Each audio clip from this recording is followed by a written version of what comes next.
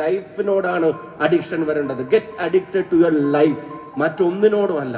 ബോധം നിങ്ങളുടെ കളയുന്ന ഒന്നിനോടുമല്ല നിങ്ങളുടെ അഡിക്ഷൻ വരുന്നത്. ഞാൻ പറയുന്നു, ജീവിതത്തിൽ നമ്മുടെ ഒരു പ്രവൃത്തി കൊണ്ടോ വാക്കുകൊണ്ടോ മറ്റൊരാളുടെ മുഖത്ത് വിടരുന്ന ഒരു ചെറിയ പുഞ്ചിരിയേക്കാളും വലിയൊരു അഡിക്ഷൻ ഒന്നും ഒരു പൊടിക്കും നൽകാനില്ല എന്നുള്ളത് ഈ തലമുറ തിരിച്ചറിയുന്ന ഒരു കാലം തന്നെയായി ഇത് മാറണം എന്ന് ഞാൻ ആഗ്രഹിക്കുകയാണ്.